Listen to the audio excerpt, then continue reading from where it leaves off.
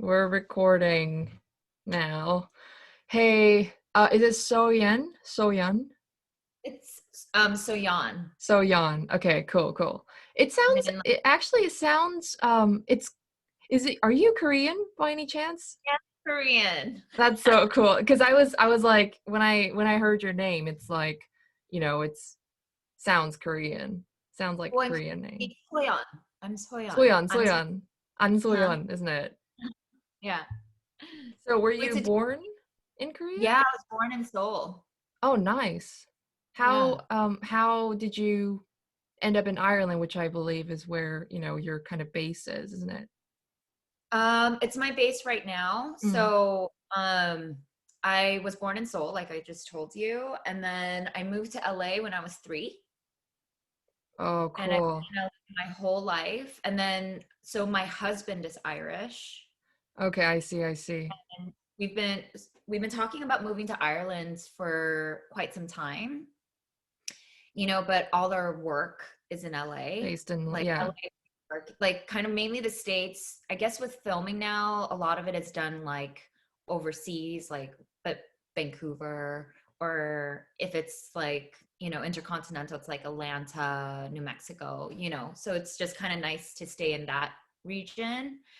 But we kind of sped things up, and we are now kind of trial running what life is like in Ireland because of COVID. Just kind of half forced into it, isn't it? Yeah, well, Rona, like, I mean, like, literally made us like, oh my God, like, lockdown was intense. We have 3 kids. Right. So, It's and a my big kids are family then, isn't it? big family, Yeah. and have kids like 6 and under. And for my 6-year-old to do kindergarten over Zoom was a lot.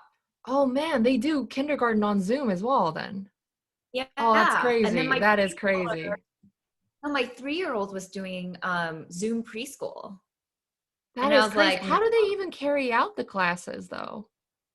so they do it over Zoom, and then all your assignments are on this program called Seesaw.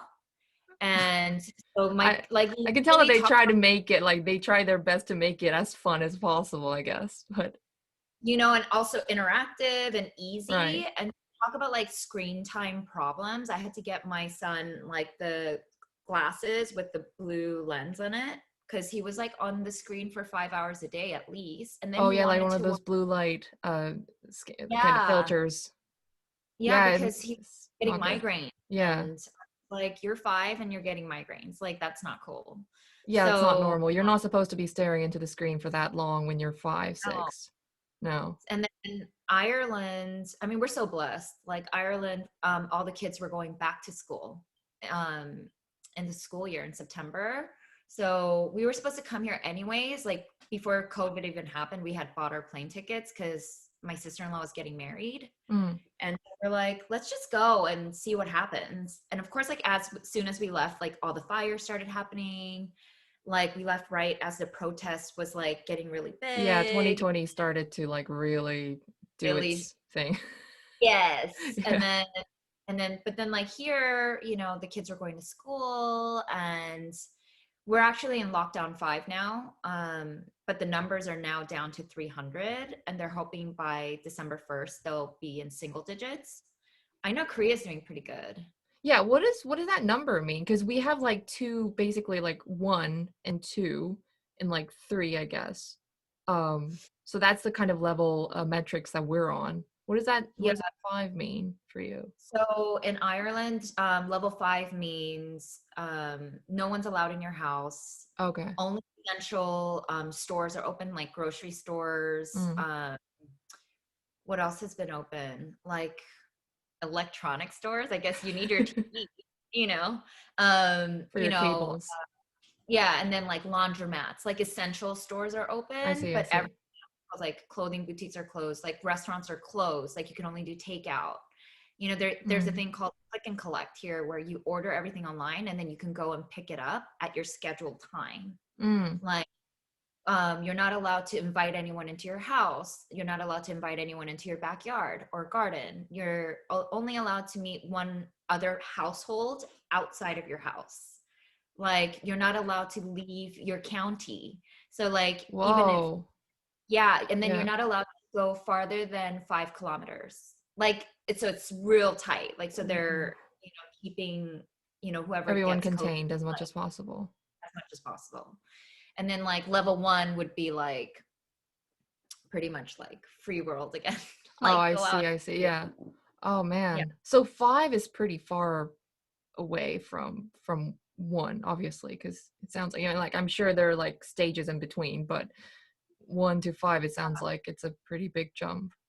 Yeah, so when we got here, it was level 2. Okay. And then it became level 3, which was like only 6 other people outside of your own household you can meet up with, but you can still go outside. All the shops were open, restaurants were Okay. open, Yeah. pubs that were serving food were open, but it's like you can't just go out to socialize and drink, because the Wait, Irish loves to go to the pub. wait, Like, I don't get it. Then why else would you go to a pub other than to socialize and drink with friends? I don't get it. I don't get it. well, that's the thing. And then here it's called, pub owners are called publicans, and Right. they were pissed, and a lot of like families were not making any money and like having a hard time even with the stimulus checks that they were getting here, so it's just I think COVID's doing that around the world. I know Asia's doing better, but Yeah. they're just hoping by December 1st, that's when lockdown 5 is done, Mm, supposedly, depending on where we're at, but they right. want everyone to be able to go to the pubs for Christmas and go holiday shopping and see family. So, that's the goal. And I think everyone's compliant here because they want that as well. So the numbers 2 weeks ago was like 1,300, and now we're down to 300. Oh, wow, that's impressive. That's really That's impressive. cool.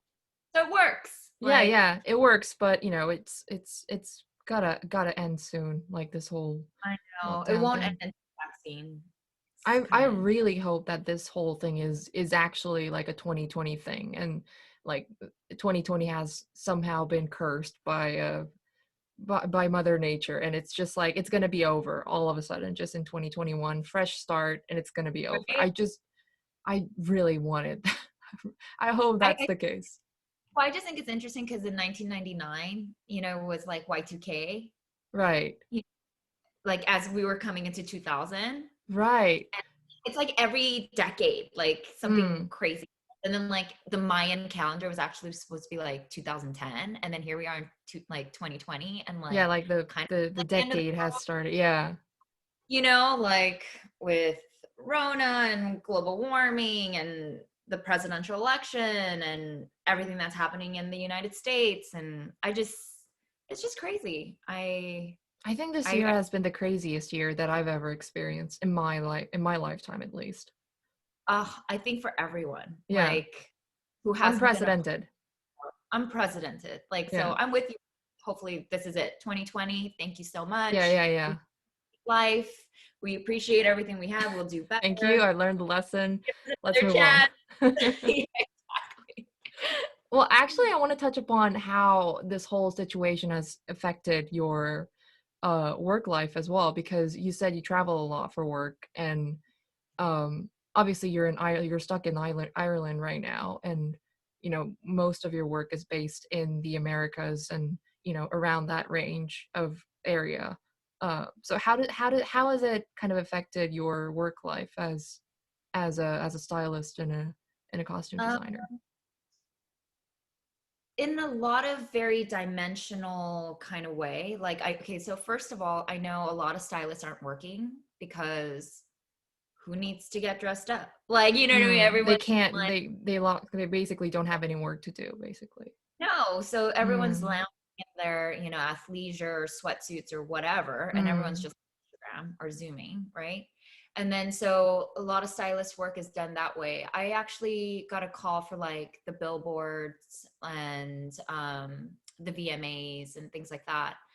But I've got 3 kids and, grandparents and my parents, and I just didn't feel like it was responsible of me to go on set when everything was still, Uneasy. unsure. Yeah. like, I was like, so what's your like, what's your COVID policy? Like, what are you guys gonna do? And they're like, oh, it's a little bit like insane. You know, they're having everyone quarantine only for 3 days, and then we've got to start rehearsals, and Mm. we need everything in 2 weeks. And I was like, yo, like that 2 week schedule is like what we get non-Rona. COVID, You know what yeah. I mean? Like, Rona wasn't around, but she's just in my life. So I was like, that's not gonna work because that already is a fast turnaround. Like imagine making like 20 spacesuits in 2 weeks and then doing fittings, making everything finalized, checking in with the artists, and then seeing it on stage and then like recording it live. You know, I was like, no, that's a little too intense. And then Yeah. plus, like, I'd have to fly back to LA, you know, for it. So that didn't really work out for those gigs. And then I got I had another gig, and literally every month it was, oh, we're pushing, we're pushing, we're pushing. You know what I mean? So it was like, okay, we were supposed to start prep in March. Now we're gonna start Mm. prep in June. All right, no, you know, the studio wants to hold back. Let's hold your availability, but if you get another job, like that's totally cool. Let us know, but we're gonna probably push again. Okay, like I think we're going to start prep in October, and then October maybe, comes and they're like, uh, and then like, no, we're gotta push again, you know. So it's like, okay, you know, so that's kind of been like the jam with, mm. work schedule. But I have this other gig that's been going on for a while, and I've been designing remotely. So it's like a lot of Zoom sessions, like conference calls, meetings over Zoom or over the phone. And then when I'm designing, I do a lot of it remotely anyways. Oh, I I'm see. alone. And then so like on like a bigger project, I'll work with an illustrator, like a concept artist or a costume illustrator. Right.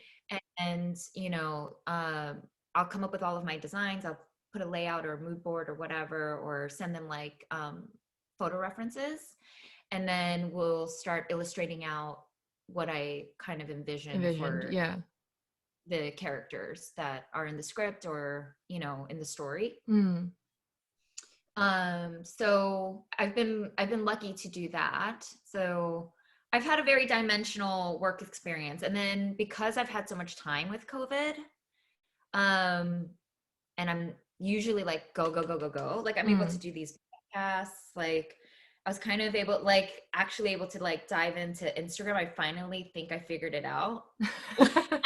Like it took me years, and finally, like now that I have time and I'm messing around on it, and like I'm engaging. And then Julie and the Phantoms released, and so that brought in a lot of traction. So it's been really fun. Like I'm like, oh, this is kind of cool. And then because you're connected with everyone around the world, you Mm. feel a little less alone, and then you're kind of seeing what's happening everywhere Yeah, else you're kind too. of you're seeing we're seeing this weird kind of culture, this new culture happen on the internet where people kind of share this whole burden of COVID via online, and people are doing some funky things together, and we seem to have a bit more kind of sense of united, and it's created this weird kind of but wholesome culture, I think. And people like the thing about Instagram is all you learning about it as a platform more than you have in your life before COVID. I see people like saying things like, I've learned more about myself in the last year than I did in my whole entire life after this COVID thing happened, because I'm spending so much time um, with myself and with all these kind of information that's been laying around me that I haven't been able to pay attention to prior to this thing happening. So, No, it's yeah. like a lot of, I think, self-discovery. I'm glad that you're saying that because I feel like I'm kind of looking the tiger in the eye, and it's like, oh God, like, oh man, I've got things for sure, I but think, yeah, I think it's something that we need to kind of, the best we can do is to enjoy it and make the best out of it, because it's, Mother Nature. We can't seem to do anything about it at the moment. So why I not think make the most out of it? because you can't do anything, you're almost like forced to take a step back Mm, and, kind of have a chance to reflect. I think some people needed a break. I mm, know a break, and right. then like, it's hilarious as a mom though. Like the first 3 months, it was like a novelty. I was like, This is I'm gonna heaven. kids and they're gonna have the best time and I'm gonna build like so I literally saved all my Amazon boxes like because all I did was order Amazon because I was scared like not The going out. typical COVID, It was like the and then I typical was like COVID coping mechanism. right but then I was like I was like I'm doing wrong against like the environment and I'm like this is so not green and then so I saved all the boxes and I started making like life-size boats for my kids, like That's kids. life-size Those are pirates, kids' dreams, like boxes and your houses made out of boxes and boats made out of boxes. That was my yeah, childhood dream. right? And then like as a box comes in, they like sit in there and they pretend they're a robot. And so I was like, okay, like this is me being sustainable. But like, man, after 3 months, that's part of my language, but that shit got old. Like I was like, all right, it's like you really need to go back to school. Like I Yeah. was like, mommy needs like 1 hour of mommy time. Like, come Yeah, on. you end up spending kind of a lot of time with your family, and I don't think that's necessarily bad, but I don't think it's just with families, but with like pretty much anybody. But when you start spending too much time with somebody, even if it's like your family or your friends or whoever, it becomes like you start to feel like you need some your time and like me time A after a hundred. while. You need it. You need it. Yeah. So again, like coming to Ireland, like right now I'm able to do this because all the kids are in school. Like, Right. bye bye. So they're Like back in school now, they're like back in physically. school. Like I make it sound like it's for me, but really the decision was okay. So I think it was the most apparent in my eldest because humans need humans and you Oh need yeah. peers. And as a kid that's Mhm. developmentally like relying on seeing Screen. people their size and Yeah, yeah. conversating Yes. with people with similar interests or even the same intellectual level is huge, like huge. So I saw my son regress from when he first started kindergarten and then when he was home with me for 3 months because it wasn't like we were having like the same kind of play like that he would with his friends and then he wasn't playing like that with his 2 and 3-year-old brother. Like if he tackled them I'd be like, yo, what are you doing? You're gonna like kill your brother, like come back, and he's like, oh, and he would get frustrated because it would always be like, you're 5 and they're 2, you can't squish them, like. So I think he was getting frustrated and then the conversations weren't the same, so his Mm. language started to regress too. So now like he's striving. Like, and my 2-year-old is finally going to preschool and he's Thank striving. goodness. He's Right. coming stories and I'm like, who are you? So I think that was really important too. Like them not being at home doing what mommy's, imaginary world Mm. wants to, so it was just like I think it was good for everyone. Yeah, and also like that environmental setting, you can't ignore it, even if like you try your best to replicate it at home. Being outside with these kids just playing all around and, being in a mess and, running around in dirt or whatever kindergartners are usually doing outside of homes. You can't ignore the kind of environmental settings and the effects that it has on your kind of the development Yeah. of your, social abilities. Well, and the thing is like I am a costume designer. Mm, I didn't get a degree in teaching. I'm not a teacher. You know what I mean? And then when they were expecting me to teach my kid how to read, right. I don't know how to do that. Like, like, and I'm like meditating every time, like, be patient, like, what is that word? Like, he'd be trying to read, like, have. And then it's like, okay, remember, like sound every letter out, but it's like breathe in, breathe out. Like for me, because you have to stay like so like calm. So basically they were like technically homeschooled for 3 months then. Yeah. That's I'm a okay. teacher. Yeah, that must have been rough. Yeah. I don't know how to do that, like so it was literally like learning on the go. Like I was like, okay, I got this. I guess it's like it's one thing to be a mom, to be like to be pushing them to do their best, but another thing to actually like technically teaching them something. Because like I don't think my mom would be able to do that. She's a Korean mom, like, and she's crazy about education, and but I don't think she would have ever been able to like take control over the actual education part and teach me stuff, because she was always the one like nagging me to do homework and like, oh, you can't, I don't know, you can't take your gaming break or whatever until you finish this work or whatever. And she was the pusher, but never the teacher, you know? Yeah, yeah. But you know, that's moms. That's moms. Well, I'm glad that your mom and I are similar. Well, she's a Korean mom as well, isn't she? Yeah, yeah. So you probably get what I'm saying about, Oh, you know. 100%. Like, I mean, if you moved to LA at quite early on, it probably maybe it wasn't as intense as it would be if you were just staying in Korea through your kind of teen years when the educational push is at its peak with moms. But still, like I think that it's something about like there's something about Korean moms that is like inherently got this like drive for education, I think, which I don't think oh is no, necessarily like, bad, but it can be quite intense.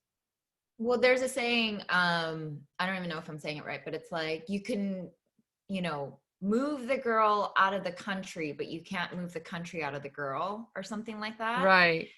Meaning like you can move my parents out of Korea, but you can't move Korea out of my parents. So, like, my parents still don't speak English. And like we've been living in Korea for over 35 years. Oh, Korea. No, like sorry, living in LA LA, for right, over yeah, yeah, yeah. years, and they still don't speak English. Like cuz they live in K-Town. I see. Okay. Yeah. Yeah. So like I mean, they try so hard. They've been going to ESL school for like 8 years, but it's like, I think they missed the boat. Like it's just too hard. Like they try so hard, to speak it, but I think they get self-conscious. And so when they Mm, speak English, they're like, and then they like revert back to speaking Korean. yeah. I mean, it probably is. They could probably get away with just speaking Korean all the time because they live in K-Town, and it's fair enough because it's the language they've been speaking all their lives. Yeah, Can't I imagine know. learning new language. Like even now, I can't learn a new language. It's so difficult. You know, Yeah. so but my kids, I need to send them to Korean school, but like my kids don't speak English, Korean. Mm, So my parents not speaking English, I think it's hard for the communication, which is kind of sad, but because you want them to be able to communicate with their mm. whole family. But I think either my parents will step up their English game or Or my they need to kids step up will their step up. Korean game. Yeah, so you know, I think it's okay. both, but I Yeah. feel like with kids, they probably would appreciate it a lot if they could be speaking more than one language when they grow up. And it's like their prime time to, their brains are so malleable and so like prone to absorption that like right now, if they tried, harder, they could probably master Korean faster than obviously an adult person would if they try to Yeah. master Korean now or Yeah. English. So I mean, like, I'm really glad that I'm bilingual. Like, it's it's so convenient. It's so convenient to be able to speak more than one language. And it's Yeah. fun as well. Like, I feel like So we sometimes I feel like it's a superpower. It's not, yeah. obviously not. They're like trilinguals and quadrilinguals. I don't know what they're called more than four, but it's fun. It's fun to be able to speak more than one. Are you bilingual as well? I am bilingual. Hmm. We should do the rest of this interview in Korean. In Korean, just switch over to Korean. Like we do like Konglish. Yeah, Trip everything out. it's yeah, being able to, yeah, by being bilingual is really fun. I think it's I wish I could speak Chinese because it's Yeah. such a fascinating language for me. And I tried for a good year, and it's, oh my gosh, it's so difficult. So I felt difficult. conscious. Like I was doing Rosetta Stone Mandarin, and I got so self-conscious because Chinese language, you have to kind of sing it, like ni hao ma, Yeah, like they had like this. Oh, that was pretty good. I mean, I'm not Chinese, but like that sounded like yeah. that's But if you don't have the right intonation, you're saying completely something else. yeah, Like yeah, you're yeah. saying, The ups I and was like, oh, downs. I can't do that. Like I'm too intimidated and self-conscious. Like I'm not singing You're not Chinese. singing. You're not singing good enough. I mean, it's probably the same with like Koreans. It's like, I mean, we don't obviously have those like ups and downs and the differences of meanings depending on the sounds and the singing. But like when when a non-Korean speaker listens to us speaking Korean as a native, or so I've heard from my friends, that I sound nothing like the textbook Korean. It's just like a flow of sound that doesn't sound, it's like just kind of mumbled. And like with English as well, it's it's nothing like how people would, like the textbook English, like I eat apple. We never say that. We just kind of mumble through it, and we just kind of blur so the sounds in between, and it just ends up sounding a bit more natural and a bit more kind of flowy, if that makes sense. Yeah, yeah, um yeah, I don't know what yeah. And point I was trying to get to, but yeah, I think with the intonation stuff, like, you know, because even when I speak English here, like, obviously the Irish accent, everyone speaks mm. English, but like they say I have an accent. I'm like, no, no, you have an accent. And they're like, no, you have an accent, but Irish it's like, accents are really strong though. They're like very uh, like prominently Irish. I think it depends on which region or like mm. which county you're in. Like Dublin, I feel like it's not too bad. But I feel Mm. like if you go like 8 kilometers out of Dublin. Like if you go to like Liffey, like Liffey Valley, you're like, yo, like I can't talk to you on the phone. Like I need to see your face and your mouth move, like, and then it's the worst because now everyone has to wear a mask, and mm. people Just that kind are of working are, muffled. yeah, and they're behind a plexiglass. So I think we both can't understand each other. They're like, what? And I'm like, what? Like, what? What? Yeah, that's frustrating.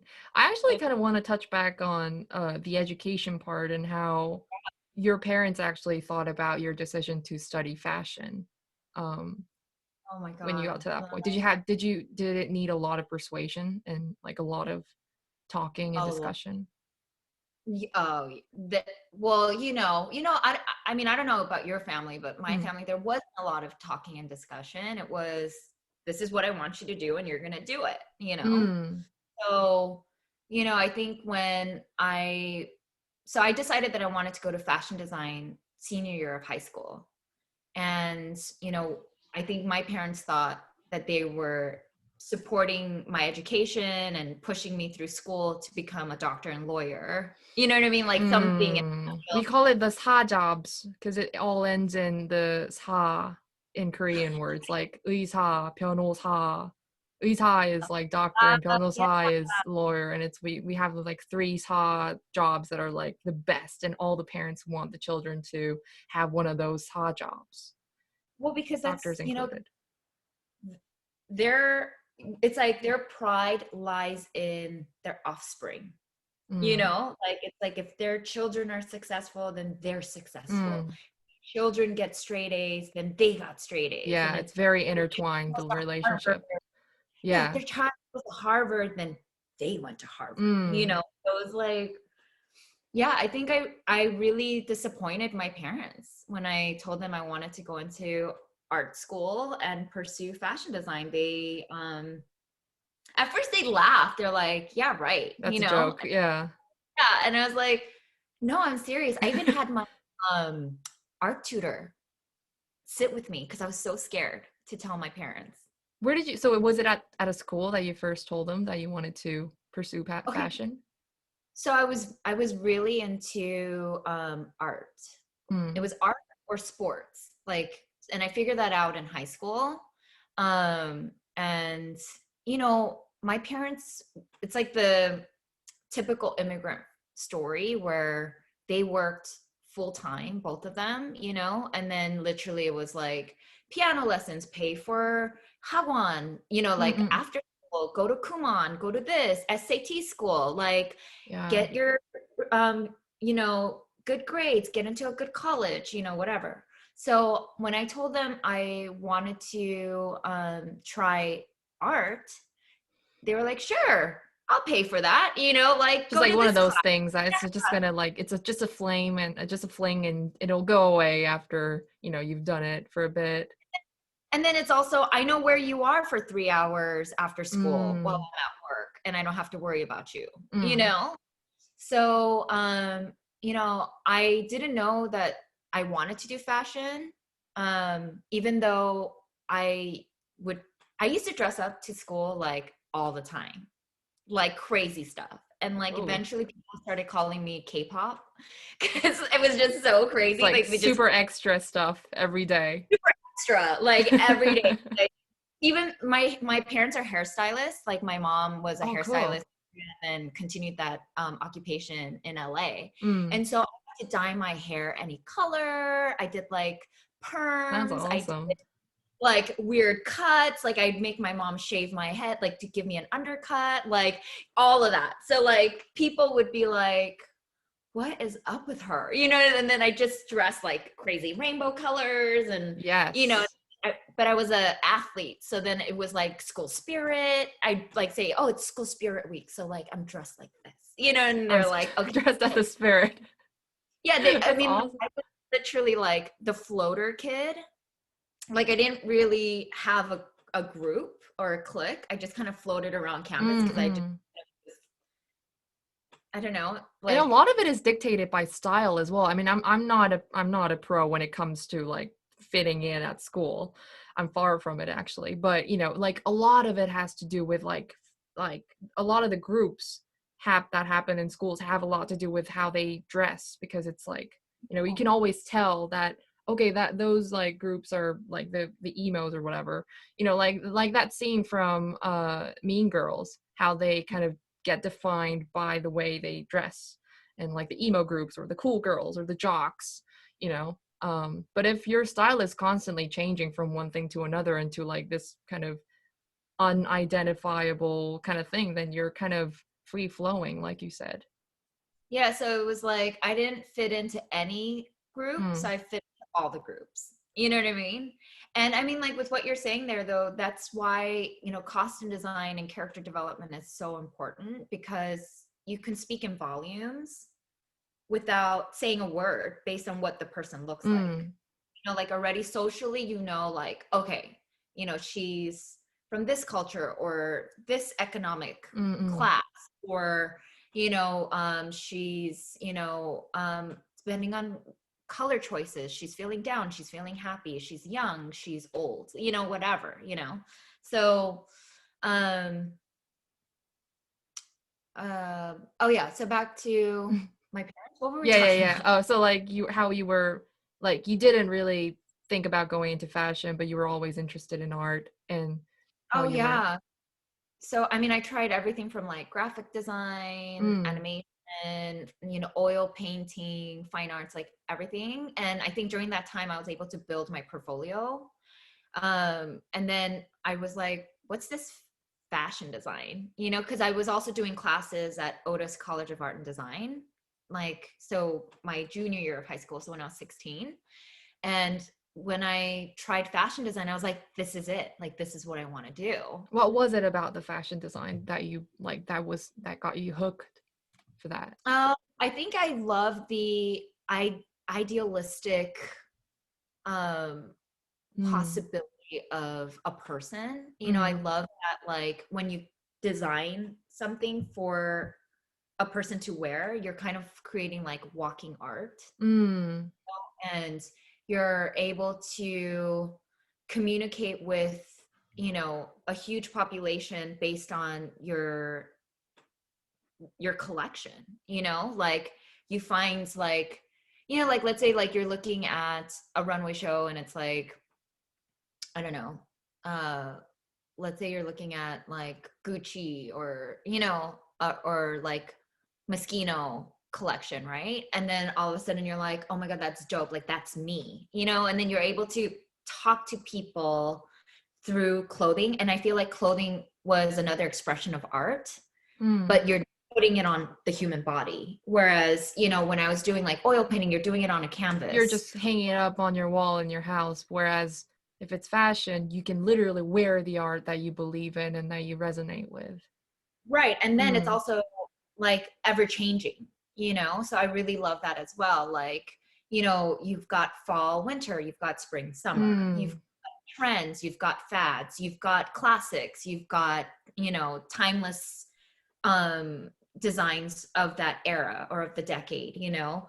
And it's like, you know, and then now with like 3D printing and all these kind of structural constructions that you could do with fashion, like I think it's just kind of the sky's the limit, you know. And then also like I'm kind of designing these new, um, I guess, costumes or clothing, like wardrobe that involves tech, but like in like a very fine kind of delicate way instead of it being so like heavy and hard. And it's engineering that I loved, you know, like it's not just sitting behind a sewing machine and like you know what I mean, like pushing it through. Like it's engineering, it's creating, it's innovation, you know, Mm. like that's what Kind of I pushing the kind of. boundaries and see what can be done innovatively. Yeah. And then like, you know, at that time for me, like I looked up to Alexander McQueen, you know, because I was like, you know, early 2000s. Mm. Seeing what he was doing to push the envelope, I was like, dude, that's dope, you know?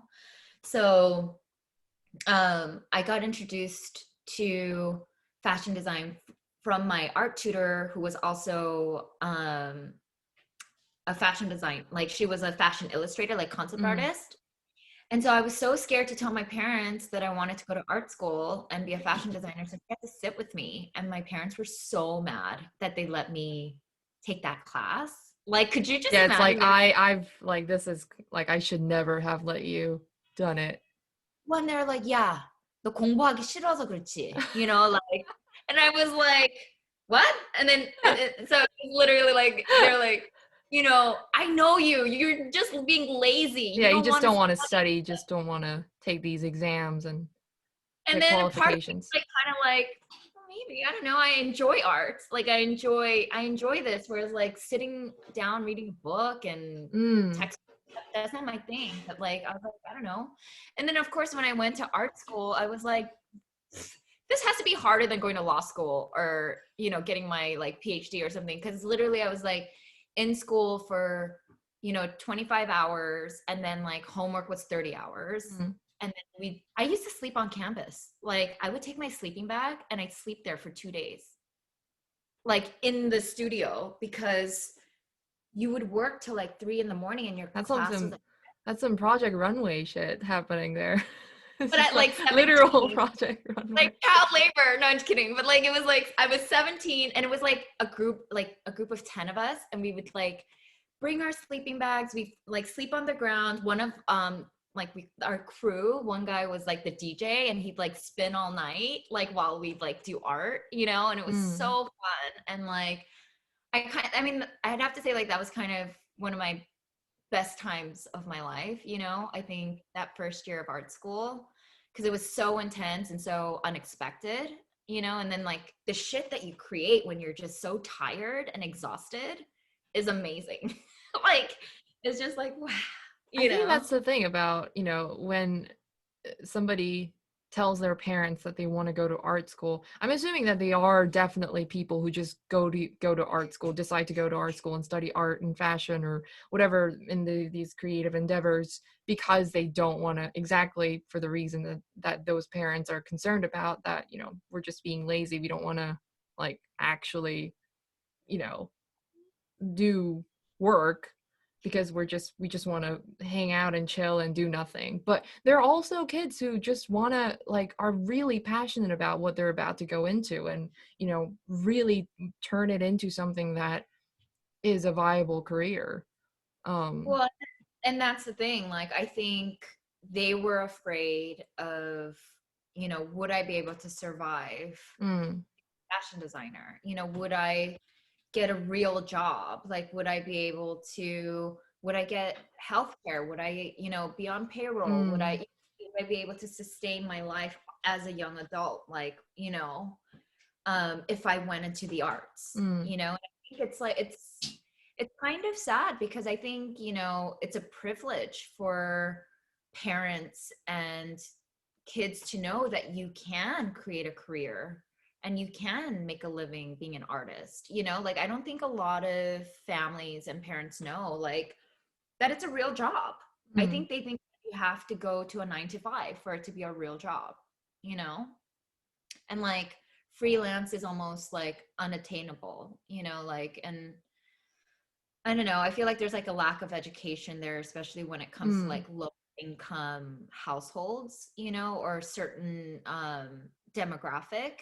And I'm only speaking based on like the LA County or like the communities that I've been around, and have had a chance to talk to, but yeah, I think my parents' biggest concern was like, is she going to end up working in like Java downtown, like fake knockoff clothes, like, or like, would you be able to get a job like at all in anything? you know? And Yeah. so, um, yeah, so, yeah, they were not supportive. I ended up having to pay my way through college. I was hustling since I was like 17, so I was doing like, um, I think I had like 5 jobs while I was going to school, Wow. because the And other school as well on top of that. school as well. So it was like kind of crazy, but I loved it. Like, I'm such a multitasker, but I give that up to my parents because I think it was like from at such a young age, it was like piano lessons, The taekwondo, typical like, Korean you know, childhood. Hagwon, like It's like a all this stuff. domino of schedules when you're young and as a Korean kid. It's just like a From the domino, one thing floor. after another. Yeah. Cram And then school you get after home cram school. at 7 o'clock. I love that, like, Yeah, it's like, it's literally domino. Or like, and snack time is heaven because that's like 20 minutes of heaven of like just this euphoria of just you and food, and that's all the time that you've got until the next schedule comes. Yeah, yeah. I get you. I feel you. I mean, it's interesting though, like that you experience the same thing that I experienced when I was, I grew up in America and you grew up in Korea, but Must we be a literally, Korean thing, just like a Korean. it Yeah. doesn't, like I said, it doesn't matter, where you can take the Korean ajumma out of Korea, but Korean ajumma is Korean ajumma, like, Anywhere else in the anywhere in the world, there's still Korean ajumma. yeah. Um, yeah, so that was a trip, but it was good. And then, so fashion design is different from costume design. I don't know if you know that. No, I don't actually. Yeah, Uh, so they're very, very different. And then, so I, what is uh, actually the difference between costume design and fashion design? I mean, like, yeah, from aside from the obvious fact that one is for, like films and uh, movies and like shows, and the other yeah, for like more so like for brands, I'm assuming. yeah. So just in that kind of theory, like as a fashion designer, you're designing clothing for a brand, Mm, so like you're designing a collection per fall, per season. mm, And you wouldn't stray, like, say, like, you're designing for Gap, you wouldn't design Gap like you would design opening ceremony right, unless it was a collaboration, you know what I right, mean, yeah. like It has like to fit Mystique into the Gap's kind of guidelines and kind of overall vision. brand. Yeah. Exactly. Like, Chanel, when you see Chanel, it's very Chanel, Mm. you know what I mean, It like you can't just know. be Balenciaga or something when you design for Chanel. Yeah. Yeah, and then obviously, like, all these designers are being inspired by the same places because they go to, like, all like Paris Fashion Week, New York Fashion Week. They go to Yes. all the trade shows. They go, like Korea Fashion Week, whatever. But it's the designer's interpretation of what the upcoming trends are, right? So that's a fashion designer. And then a costume designer is someone who, you know, tells a story through clothing by developing a character. So the So character, you're designing for a character now.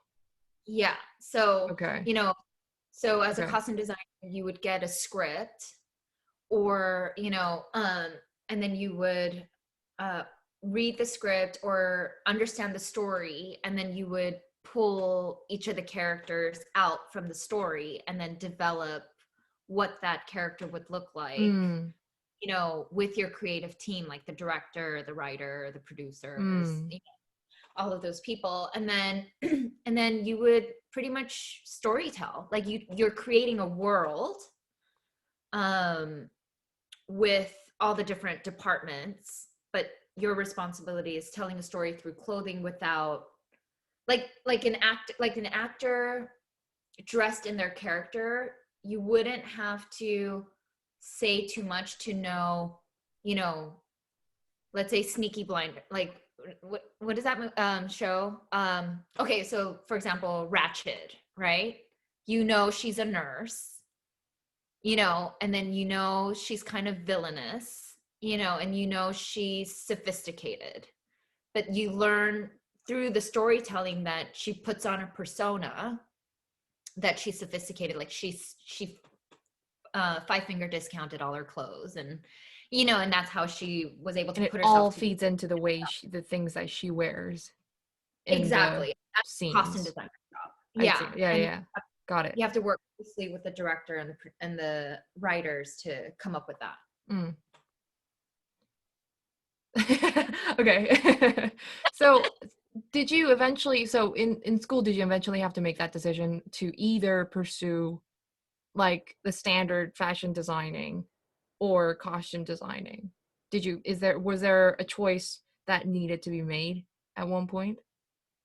Yes. So, you know, I didn't even know that costume designing was a career. I don't think a lot of people do. Like I don't think a lot of It's people. something that's like you just kind of watch the movies or the shows and it's like it's so seamless, but it must be so difficult to make it seem so seamless because it probably means you've done your job at Yeah, making it fit so well with the characters and the narrative, right? that's a good designer. Yeah. Yeah. So Um you didn't yeah, know that costume designer was a thing. no, and you know, I think it goes back to what I'm saying in terms of I feel like it's a privilege to know, you know. So, I had to find out on my own, and it was a very interesting journey. Like I actually got a job as an assistant stylist, Mm. and that's when I was like, wow, like the blinds have lifted from my eyes and I see that celebrities don't dress themselves. Like there's somebody who dresses them and creates the brand. And so then that's another job. Like so being a stylist is different than a costume Costume designer designer, yes. and different from a fashion designer. So as an assistant stylist, like I was dressing like Jessica Simpson, Avril Lavigne, Mariah Carey. Like, I mean, I was at Mariah's hotel room because she didn't like to do fittings during the day. She only liked to do them at night. So I was in her fitting room like or in her hotel room doing fittings like at 3 in the morning till 6 Ooh. because Ooh. she was saying it was better for her voice at night. Mm. Like, Okay. okay. But like I I was mean, like, what? Yeah, like it's crazy. But as a stylist, like you pull all of the fashion designers' clothes. I mean, like literally, it was like I was calling YSL, I was calling, you know, Givenchy, I was calling like everybody to give us stuff to dress these celebrities. mm. And it was like flying in from like New York, Paris, like, you know, or showrooms in LA or whatever. And that was like my first introduction to like the reality that there's a career in dressing people. And, you know, I think like my deep rooted self was just really missing like the design, you know, like, Creation of it. yes, you know, like, cause I'm like, I see myself as an artist and like a creator, you know, Mm. and I just really missed it. And like towards the end of that chapter in my life. Like I was designing like custom boots for Avril Lavigne. You know, my boss wanted me to design custom stuff for Lauryn Hill. That Like, sounds fun. That sounds fun. Like being right? able to actually make stuff from scratch and design But stuff. like, I think like, you know, I think I needed something more. Mm. So, you know, I've always been kind of um a rebel, maybe even to myself. Like I just can't settle. I just can't settle. So Mm. like even though I had a good job, like I just, you know, had to leave because it was like, What's the next thing? yeah. And then also it was like, I feel like I'm missing something. I'm not fulfilled, you know? So I left. And then of course with freelance, you're like, oh my God, like how am I gonna pay rent? Yeah, so like that initial switch have been like, so how do you get job when you've just suddenly all of a sudden quit your job and gone freelance as a costume designer? So I reached out to my mentor from school. He was a professor at Mm, my school. His name is Mel Grayson, mm. and I was like, I just left my job, and he's like, what? And he was like, actually, I'm happy for you. And I was like, okay, cool, because I need a job. And then he was like, oh, you know what's so funny? He's like, you sew, right? And I was like, yeah. And he was like, my friend who's a costume designer needs a seamstress on her show. Mm. I was like, all right, cool, like Get hook it it. up. So he made the intro and then she was like, yeah, come. So I sewed for her for a week, but I'm not a seamstress. Like I'm a designer, like, you know. So I like my last day there, I was like, what do you have to lose? Just show her your portfolio. Who cares? You know? So I Yes. showed her That's my when work. like that's that kind of dramatic moment. Yeah. With And I was you. So like, I'm oh, just gonna like just yeah, throw it out there. yeah. And then she was going through my book and she's like, oh, I remember a time when I used to do this, like, and do sketches and illustrations. Like, this is great. And I was like, okay, well, you know, if you ever need like an assistant, like, you know, I'm available, I'm down. And she was like, and then she was like, okay, you know, and obviously she had my info. And then 3 weeks later, she called me. For an assistant to be her, for you to be an assistant for her. Yeah. That's And then awesome. you know, I'm going through a lot of stuff. Like, you know, I just need your help with the overflow. And I was like, I'm here. I'm bright-eyed, bushy-tailed, ready to learn. Teach me everything, you Was know? she a So costume designer as well then, like for like a show or movie or film? yeah, so she was the costume designer for So You Think You Can Dance. Right. It's a TV show. It was a TV show on Yes, Fox. yes, yes, yes. I think I know. And yeah, so I assisted her there, and but just like with everything, it wasn't like just the show, it was like everything she was doing, I was like her assistant. Mm. And she was like, you're the only person that I feel like I can trust to go out on tour. And that was the show's first year going out on tour. And she was like, I think you should do it. And I was like, hell yeah, you know. And then that's when I like, you know, my weekly rate went up, like, you know, like I became the costume designer for the tour, you know, like it was like everything was like a big jump. Mm. And of course, like the tour ended and then I was freelance. I had no job. So then I was like, well, shit. So, but that was like amazing. And then I mean, you have to understand, like that was like my early 20s. So I was just like living my best life, you know, and then I Mm. had scrolled away, you know, as a freelancer, you learn to scroll your money away because you never know when you're going to have like a drought of Yeah, work. yeah, yeah. I learned They that say pretty that. young. So, I was like, okay, well, what am I going to do? So I applied for Forever 21. To be a designer. Yeah. And then, so I got the job and I Oh, was a knitwear designer at Forever 21. And my parents were like, okay, good. Now you have real I know Forever 21, so that's good. Forever 21. That's good. And, and she was like, how much are you getting paid? Do you have insurance? Are you getting a check every week? You know? And I was like, oh my God, yes. Typical Um, parents. So funny. And then so I was there for 6 months and I wasn't happy. I was like, what am I doing? And then like the thing is like when you work on like a TV show or go out on tour, like the adrenaline rush is insane. Like, Mhm. because you're constantly trying to meet a deadline and it almost feels impossible every time, Right. you know? So And maybe then, it wasn't just the idea of like making and designing clothes, but it was also that paired with like the adventure of it, meeting new people and going around and, you know, yeah, actually doing stuff like running around that maybe you were craving, as yeah, opposed to I just think, sitting down and just like thinking about yeah, stuff and you know, ideas. Yeah. yeah, because I was definitely creating at Forever 21, but it Mm, was a computer. right. Yeah, I think I know what you mean. It's just like sitting down, letting the brain do all the work, but Yeah, not and so then, much activity and the hustling and the yeah, moving. Yeah. Maybe yeah, that's why. you nailed it. Yeah. So, see, I'm learning more about myself through this time with you. See?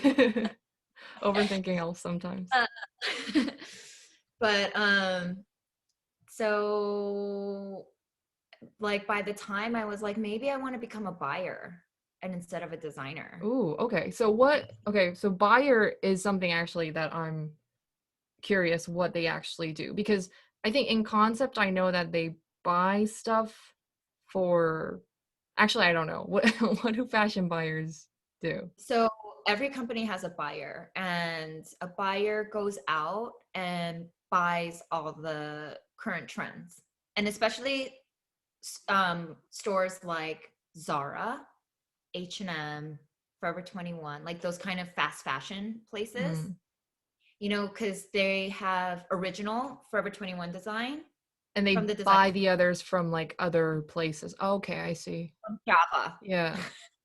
and Okay. then they put their label on it. I see, I see. So like you might not like all the jeans that you buy at Forever 21 aren't technically designed by Forever 21 designers. Mm. They bought it and then they put their label on it. Mm. But that's Java market. It's called the black market. So you're literally buying your rights to put your own label into Is it something that unethical? Is it considered as unethical, or is it just the way fashion works in it's the just the way industry? fashion Yes. works. Yeah. But Okay. I think it's unethical if you went and got like a designer, something that was obviously not a generic thing, and then put your label on it and said it was my design. Okay, that's just like straight off like That's stealing. that's stealing, Yeah, you yeah. know.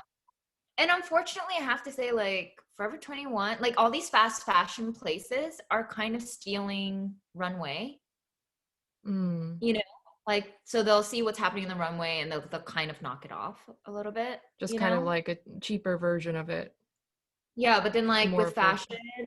yeah, like with fashion, if you change it like 30%, it's Right. considered free game. Really? So what's considered that 30%? Like, so because it's like 30%, how do you measure that 30% if you say, because So like, let's say, yeah, let's say your cardigan you're wearing right now, right? right. Like, say I change the colors, like everywhere I see pink, I change it to turquoise, and everywhere I Okay. see gray, I change it to black, and everywhere I see black, I change it to pink. That's That's 30% 30%. Okay. design. I see. But it's like the same pattern or like the same kind of shape of And then the, like maybe like I'll change, like the pattern you have like on your shoulder, I'll move it down to the wrist. okay. And then you can resell it under your own kind of name. Yeah, but then, but that's the thing with fashion though, and that's the beauty and kind of the terrible thing about fashion is it recycles itself. Mm. So, is the 90s gonna sue 2020 for rocking 90s right now? Do you know what Right. I'm saying? The retro's Like, coming back. Yeah, it just kind of goes yeah. around, isn't it? Like it's kind of So, like a circle of yeah. life. But because everyone gets inspired by everyone and everything, and then like someone comes up with a great idea that, the 80s is cool or like the 50s is cool. You know what I'm saying? Or like Mm. maybe they got inspired by a TV show, you know what I mean? And or like let's say for example, Mad Men. they're like, oh, we should bring that back, Mm. you know? And then all of a sudden you've got like all the trends from like the 40s and the 50s back Yeah. into, whatever. So I think everyone influences everybody. Actually, That's why. we're kind of like jumping around topics now, but I did really want to ask your opinion on this, and I wanted to like touch upon this topic. But because we just kind of brought up the topic of trends coming back and how it kind of fashion kind of recycles itself over and over again. How do you feel about fashion trends on TikTok and like social media that's like really prominent, like stuff like e-boy fashion? Are you aware of e-boy fashion? No, I feel like now I need to look up e-boy That's gonna fashion. I don't know. I actually don't know how you're gonna feel about it, but it's basically like you do like what about grunge fashion? Like grunge I love fashion, like hard, like kind of like punk. yeah, punk rock kind of grunge fashion. Imagine that. E-boys, like imagine that added with like extra chains, extra edginess, and a bit of like a few like fake tattoos on their faces, just like small bits, and like hair parted like through the middle of it's just kind of like grunge on speed, basically. And that's kind of like My face, but that makes me so happy. Like what you just described visually in my head. I'm I like, don't know what you're actually envisioning in your head, but I probably did gotta a see. horrible job describing it. But that's e-boys, and that's like a big kind of trend that's been rising, especially on Okay. TikTok, and now like kind of bleeding into other social medias, and like kind of, I would say like Billie Eilish style. I would say like sometimes kind of Very resonates a lot. Sorry. androgynous. Yeah, not so much the kind of gender related Okay. connotations to fashion, but rather the kind of color palettes. They're very dark and like sometimes mixed with like neon, I guess, but very usually like black and white and lots of stripes. And they wear like uh long striped shirts over not over under like kind of like really edgy looking like goth rock band kind of t-shirts, and lots of chains, lots and lots and lots of chains just like dangling all over the place. um and it I has love it. no functional reason, it has no functional purpose, it's just dangling there and for like aesthetic reasons or whatever. It's um art it's too. art, it's self-expression, I guess. But I think that's the thing. Like, I mean, now I definitely want to check out E-Boy, but like, that's what runway is. It's all concept. Mm, You the wouldn't really character. like, yeah, it's all concept. Like, you wouldn't see a actual runway piece like in the main retail store. Mm, You would see inspirations from the runway show, like from the collection, and then there would be a limited amount of the actual runway pieces. So I feel like e-boy is maybe doing like a conceptual thing, mm. and There's definitely a maybe pattern to it. Like you kind of expect certain things from an e-boy, aesthetically at least, and well, that's behaviorally as well. But that's a different kind of thing. But it's almost like a character. It's almost like a movie character. It's almost like a fictional character that comes with a set of expected actions that they do, and like kind of their postures, and obviously how they dress and how they kind of present themselves, that makes them an e-boy, not just the fashion, I guess. yeah. But Well, the it's a culture character, that I don't I feel like is very bizarre for me. I don't hate it nor love it, but it's just very, you should check it out. You check it out, but not just the style, but you should watch some like e-boy videos, because they go hand in hand with their styles, go hand in hand with with their kind of signature stuff that they do. but okay. but go check it out. Go check e-boys and e-girls. E-girls exist as well, kind of in similar styles. But e-boys especially, they're very kind of prominent in like TikTok culture and social media culture. Um, but yeah, there's something. There's something. Uh, I I had love a, it. I had a couple of other questions actually that I wanted to ask. Um, Mhm. what? So how do you have um like an occupational hazard, so to speak, as a stylist and a designer? Because this is something that I've personally been experiencing as a musician. I because like fashion and music is such a daily part of our lives. You know, we always listen to music. We always obviously dress up. We can't be going around naked in the public. Um, but like as a musician, I find myself not being able to listen to music the same way that I did prior to starting music. It's Oh like I yeah. find myself like nitpicking some stuff and like not able to listen to music for the sake of listening to music, but for like, oh, maybe I could incorporate this kind of style into my production, or oh, how do they actually make the sound? How do they engineer this? You know, there are so many extra thoughts that go behind listening to music now that it's kind of distractive sometimes, that Mhm. mindset. So I was wondering if you have the same thing with fashion, how you dress yourself or how you look at fashion that's different after you've started in this career of being a Oh stylist yeah. and a costume designer. So when I'm watching a film or a TV show, it's Right. like the continuity, you Ooh, know. okay. So what that is like, let's say the last shot was with like my sleeve like this, Mm. and then they lunch break, and then they got to pick up where you left off. But then Oh no, the sleeves are sleeves are down. and then you're Oh watching it, and then you're like, no. did that sleeve move on its own? You know what I mean? Like, that kind of stuff. Ooh, Drives like those me are the nuts. things that we don't normally notice because it's like, oh, okay. We don't even like notice it. We don't Yeah, even assume that, oh, they must have just like pulled down the sleeve while we weren't looking or something.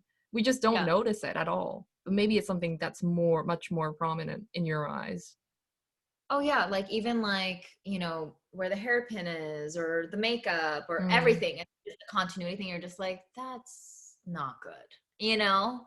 Or like, I really don't like it when I get removed from the story because of what I'm looking at. mm. So I was watching this one film, I forget the name, but I just couldn't get into it because I just kept looking at the clothes and I was like, the clothes are so wrong. Like, why would a guy from the hood dress like that? Like, he literally looks like he's in like a fashion editorial in every scene. Like, Oh, okay. you know what I mean? Like, I'm like, that's not real. Like, I grew up in the hood. Like, I grew up in LA. Like, like in Hollywood in the hood. Like, and that's not real. Like, and it's like the whole time I'm just like, it's beautiful, But it's but not I can't get it. representative. It doesn't fit in the story and the characters. So for me, like I felt like the costume designer didn't do a good job because it was very much like all I see is the costumes. I couldn't follow the story. Extra, like super, like that's the main show. Like the costume's the main show. Yeah. Yeah. So that Okay. kind of stuff. And then like if I'm going through like, I mean, just like you, like when I'm walking down the street or I'm sitting in a park and people watching or going through Instagram or, you know what I mean? Or looking at magazines or going through, retail shops. Like I'm just looking at, oh, that's cool. Oh, I like that. No, like that's not good. Like, why But would you not do that? like I like that as in I personally like that, but I like that as in like, oh, this could be good for my job or like in that area of my job or this could be incorporated this way or that Yeah. way. Kind of good. Yeah, I'm always secondary. Like it's always the job Mm. when it comes to fashion. Do you know what I mean? Like Yeah, yeah.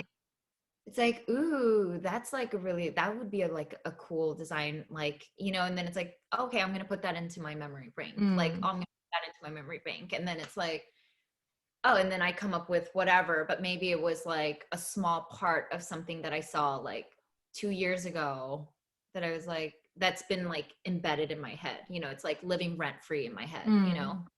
for 2 years. And then I it's think like, and then it comes out somehow. I think in large part, the kind of occupational hazard that we go through as creatives and artists have a lot to do with the fact that what we do now is no longer a hobby. It's no longer something that we do purely for enjoyment, but it's literally our jobs. And I mean, like, I'm personally some it's still trying to get used to this, the fact that music is not my hobby anymore. I'm making music Mm-hmm. as a musician. And I frankly don't know if that's affecting the way I make music and how I view music and how if that affects the level of my love for listening to music and, the music in general. But it's something that's very strange, and I think is requires I find myself requiring a lot of attention in I need to find a new hobby because music is not my hobby anymore. Um, Right. like Love that. Yeah. Okay. So like fashion for you is like at first it was kind of like this pure love for fashion and pure love for creating, and that the joy that comes from it. But have Once you it ever became, found yourself in a position where it's like, okay, fashion is my job and I don't find joy from it anymore as much as I used to, at least. Do you ever find yeah, yourself in that position? okay, so two things. So I think the first thing is I used to make all my clothes Ooh, like the clothes that you would wear. that I would That's wear, but awesome. that's when I think I was like, I love fashion. Like Mm, fashion is me and I am fashion. You know what I mean? yeah. And then like once it became a job, and then I would have to say like year 8 into my job, I was like, I feel like a robot and all I'm doing is producing and producing and Mm, pumping out designs because I was working like crazy, blessings, but like I just felt like I wasn't a human being, you know? Um, so so I think like with having kids and having a family, I'm now back to that place of like I'm loving when I'm at work because I because you only have pick that it. balance. You have that time away from your job now. I mean, girl, I was working like 70 hours a week and I only took like Christmas to New Year's off. Like literally 7 days a week. Like it was insane. So I think by the time I was doing that exact schedule for 8 years, I was burnt out and I Mm, felt like I had no feelings. Like people are like, oh my God, like I love your designs. I'm like, you do? Great. And they're like, that's so cool. mm, Like, it's like this one is better. Like you just one upped yourself. And it's like, really? Okay, cool. And then it's like I don't even know if it's good anymore because it's just constant, you know? So now it's like I only take jobs that I feel like I love. And so I put kind of like my everything into it because yeah. I'm leaving my kids behind for this. I'm leaving like my husband, like my life, to go and work. So I better fucking love it. You know Yeah, what I I mean? better enjoy this. Like this Yeah. better So, mean something for me. Yeah. yeah. So that. And then the other occupational hazard, I'll be really honest. And I feel like I feel like you would get it. It's really sad. Every time I go to concerts, I see everyone else around me and they're dancing and singing along and drinking. And I'm just like, kind of looking at my time and it's like, okay, like this is cool. And you want to kind of like you feel like you could use the time for your job and like for bettering your career, basically. No, I'm saying that because the occupational hazard is I think I've done so many concerts. I've been Right. So you've kind of gone a bit desensitized. I don't know if that's the right word, but like you kind of gotten dulled to all the experiences, basically. yeah. So Sue, how do I become like them again? Where they're just like having Mm, fun and singing along. Like I'm just not I don't know what's happened to my brain. You know what I mean? Like, and I think that's my biggest occupational hazard or, you know, I just, I don't feel that euphoric feeling unless like I'm backstage. mm. And Like, you're not kind of away from the main stage. Well, so I've never really, I'm just kind of thinking out loud now, but I've never really gotten people saying that you kind of sometimes need a break from your work. You can't, and I can, I'm not, I know I may not seem like it, but I am a hard worker. I am, I think I'd like to call myself a workaholic at times, and it doesn't do me any good, the fact that I'm a workaholic. It's not a good thing. Workaholic, I don't think is a good thing, because addiction to anything is bad, but Yeah. addiction to work, I think, has sometimes good connotations to it, because like, oh, you're a hustler, oh, you work so hard all the time, but it's really bad. It's actually really toxic to be addicted to your work. um so I've never really gotten my head around people saying that it's it's necessary for you to take a break from your work sometimes, do something completely different from what you would do as a career. I never really gotten that, because like, for instance, as a songwriter, I find myself that I can write a song about anything. If I'm feeling stuck about, if I'm if I'm feeling super addicted to work, I can write a song about work and still be working, you know? And being a workaholic and still be able to work. So it's like, I never got the concept of taking a break, because I can always be working, and the more I work, the better. But I'm slowly starting to realize the importance of getting myself consciously away from the things that I usually do as a Mhm. musician or a creative, or maybe in your case a designer, because it it actually kind of resets your senses and your passion, I think. It's like you said, sometimes when you do something for an extended period of time without any break, it kind of dulls you. It kind of dulls you to a point where you no longer have the ability to like find gratitude from the things that you used to find gratitude in and joy from. And And I when think it you, shows in your work. sorry. I think it shows in your work, you Mm, know, yes. like, I feel like like the 8 years I was like really like crushing it, like some of Running, my running, best. running, running. Yeah, but then like from the moment I realized like I was a slave to my work and I was no longer, Enjoying it it as was, much.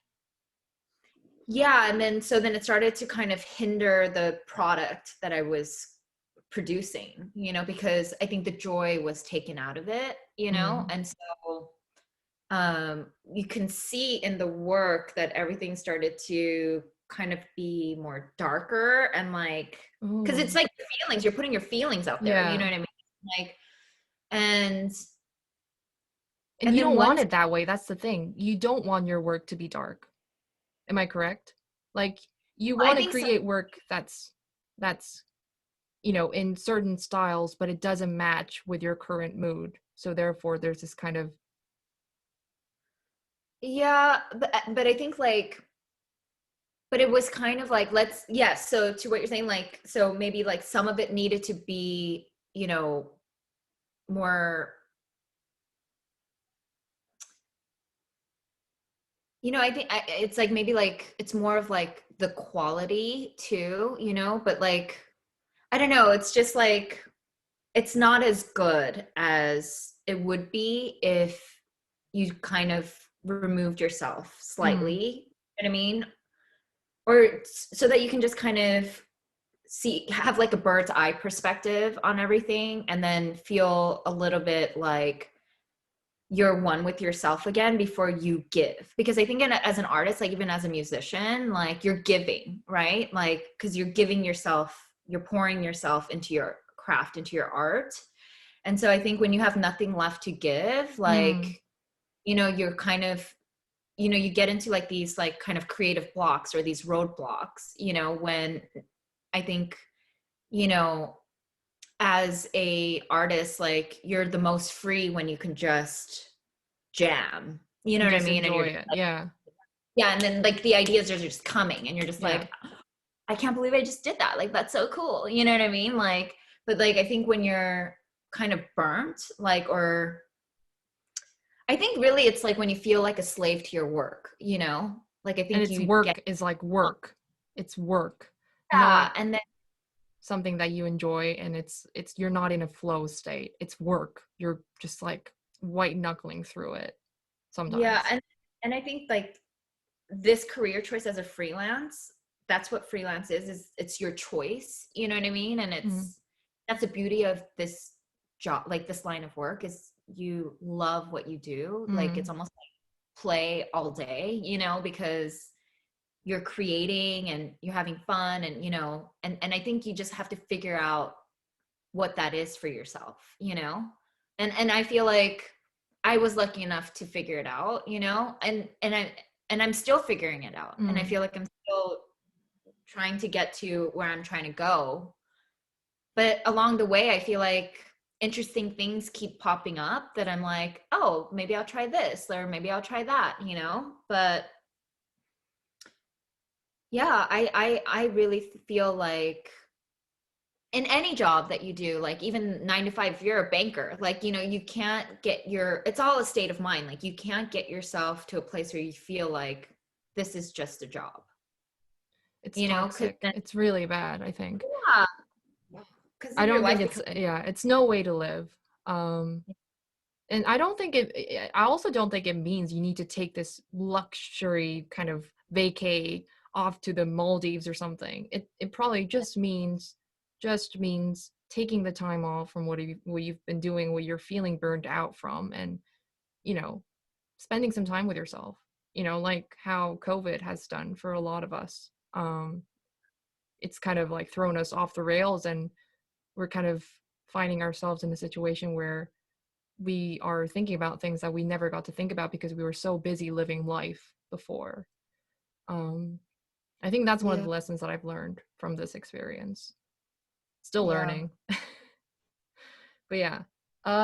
Thank you, Soyan. This was really fun. This was really, really fun. I know the Um, time flew by. Like I'm just like, whoa, like it's so crazy. Hope you have a nice day. All right, you too. Bye. Bye.